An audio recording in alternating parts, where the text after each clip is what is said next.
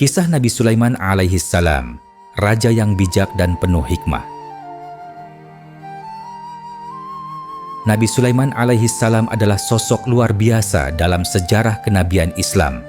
Beliau bukan hanya seorang nabi, tapi juga seorang raja yang diberi kekuasaan luar biasa oleh Allah Subhanahu wa Ta'ala. Keistimewaan beliau bukan semata karena kekayaannya yang melimpah atau pasukan jin dan hewan yang tunduk padanya, tetapi karena kebijaksanaan, keadilan, dan ketundukannya yang total kepada Allah. Dalam Al-Quran, kisah beliau menjadi pelajaran berharga tentang amanah, kekuasaan, dan ketakwaan. Nabi Sulaiman sendiri adalah putra dari Nabi Daud alaihissalam. Sejak kecil, ia menunjukkan kecerdasan dan kebijaksanaan yang luar biasa. Ayahnya, Nabi Daud, adalah seorang nabi sekaligus raja Bani Israel. Sulaiman tumbuh dalam lingkungan yang penuh ilmu, wahyu, dan kepemimpinan yang membentuk karakter mulianya sejak dini. Allah menganugerahkan kepada Nabi Sulaiman ilmu yang luas. Dalam Al-Quran disebutkan bahwa Sulaiman memahami bahasa hewan dan memiliki pengetahuan khusus yang tidak dimiliki manusia biasa.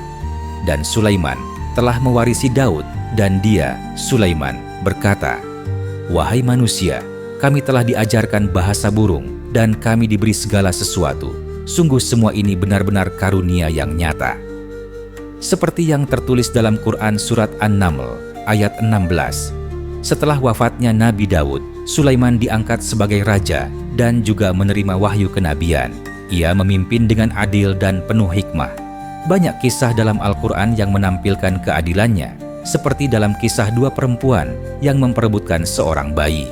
Nabi Sulaiman mampu memutuskan dengan bijak, dan keputusannya diterima oleh semua pihak. Allah Subhanahu wa Ta'ala memberi Nabi Sulaiman kekuasaan luar biasa, di mana jin, angin, burung, dan hewan-hewan tunduk padanya. Bahkan, semut pun mengerti perintahnya, sebagaimana dalam kisah terkenal yang tertulis dalam Al-Quran Surat An-Naml ayat 18. Berkatalah seekor semut, "Wahai semut-semut, masuklah ke dalam sarang-sarangmu, agar kamu tidak diinjak oleh Sulaiman dan bala tentaranya." Sedangkan mereka tidak menyadari. Nabi Sulaiman pun tersenyum dan bersyukur kepada Allah atas nikmat tersebut. Maka dia, Sulaiman, tersenyum lalu tertawa karena mendengar perkataan semut itu. Dan dia berdoa, "Ya Tuhanku, anugerahkanlah aku ilham untuk tetap mensyukuri nikmat-Mu yang telah Engkau anugerahkan kepadaku dan kepada kedua orang tuaku." Seperti tertulis dalam Quran Surat An-Naml ayat 19. Selain itu, salah satu kisah termasyhur dalam kehidupan Nabi Sulaiman adalah pertemuannya dengan Ratu Balqis dari negeri Saba. Ia mengutus burung hudhud untuk menyelidiki kerajaan tersebut yang ternyata menyembah matahari.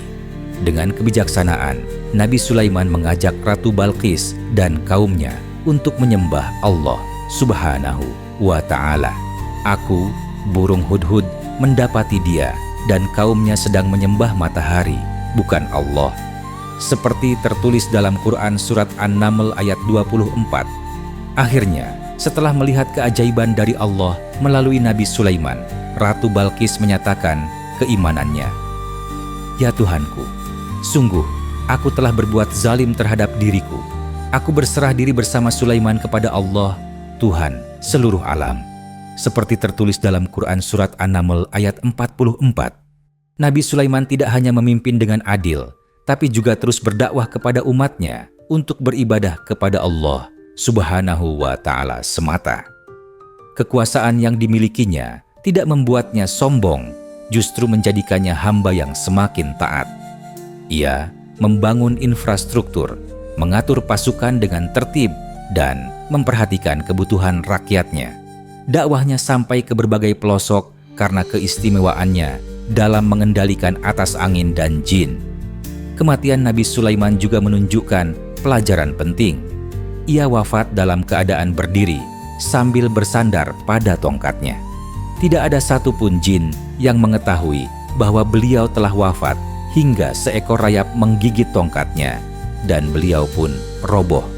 Hal ini seperti tertulis dalam Quran Surat Saba ayat 14 yang berbunyi, maka ketika dia telah mati, tidak ada yang menunjukkan kepada mereka kematiannya, kecuali rayap yang memakan tongkatnya. Hal ini menjadi pelajaran bahwa jin tidak mengetahui hal-hal gaib. Hanya Allah Subhanahu wa Ta'ala yang Maha mengetahui segala sesuatu. Dan dari kisah Nabi Sulaiman alaihi salam tadi, kita bisa memetik beberapa pesan moral dan ajaran beliau yang bisa menjadi pelajaran bagi kehidupan kita. Pertama adalah selalu bersyukur atas nikmat yang diberikan Allah Subhanahu wa Ta'ala. Nabi Sulaiman tidak pernah lalai dalam bersyukur atas nikmat luar biasa yang Allah berikan. Ia selalu berdoa agar tetap menjadi hamba yang bersyukur. Yang kedua adalah selalu bersikap adil dan bijaksana.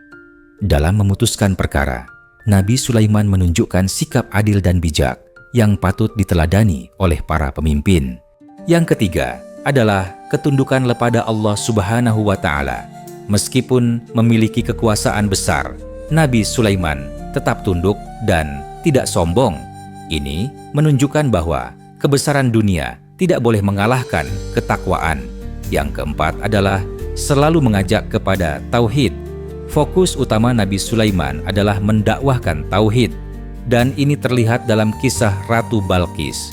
Dan yang terakhir adalah kematian dan ketidaktahuan jin. Kisah wafatnya Nabi Sulaiman menegaskan bahwa jin bukan makhluk yang mengetahui hal gaib. Ini menjadi pelajaran agar manusia hanya bertawakal kepada Allah Subhanahu wa Ta'ala semata. Kisah Nabi Sulaiman alaihi salam adalah kisah tentang kekuasaan yang berpadu dengan keimanan. Ia adalah simbol kekuatan yang tidak lalai dan kemuliaan yang tidak lupa diri. Dalam kehidupan yang fana ini, pelajaran dari kisah beliau tadi mengajarkan kita untuk tidak tertipu oleh dunia, tetapi menjadikan dunia sebagai ladang amal menuju akhirat. Semoga kita bisa meneladani perilaku Nabi Sulaiman alaihi salam dalam bersyukur, bersikap adil, dan terus berpegang teguh pada keimanan kepada Allah Subhanahu wa Ta'ala. Karena sesungguhnya, sebaik-baik manusia adalah mereka yang tetap rendah hati dalam segala kelebihan yang dimiliki.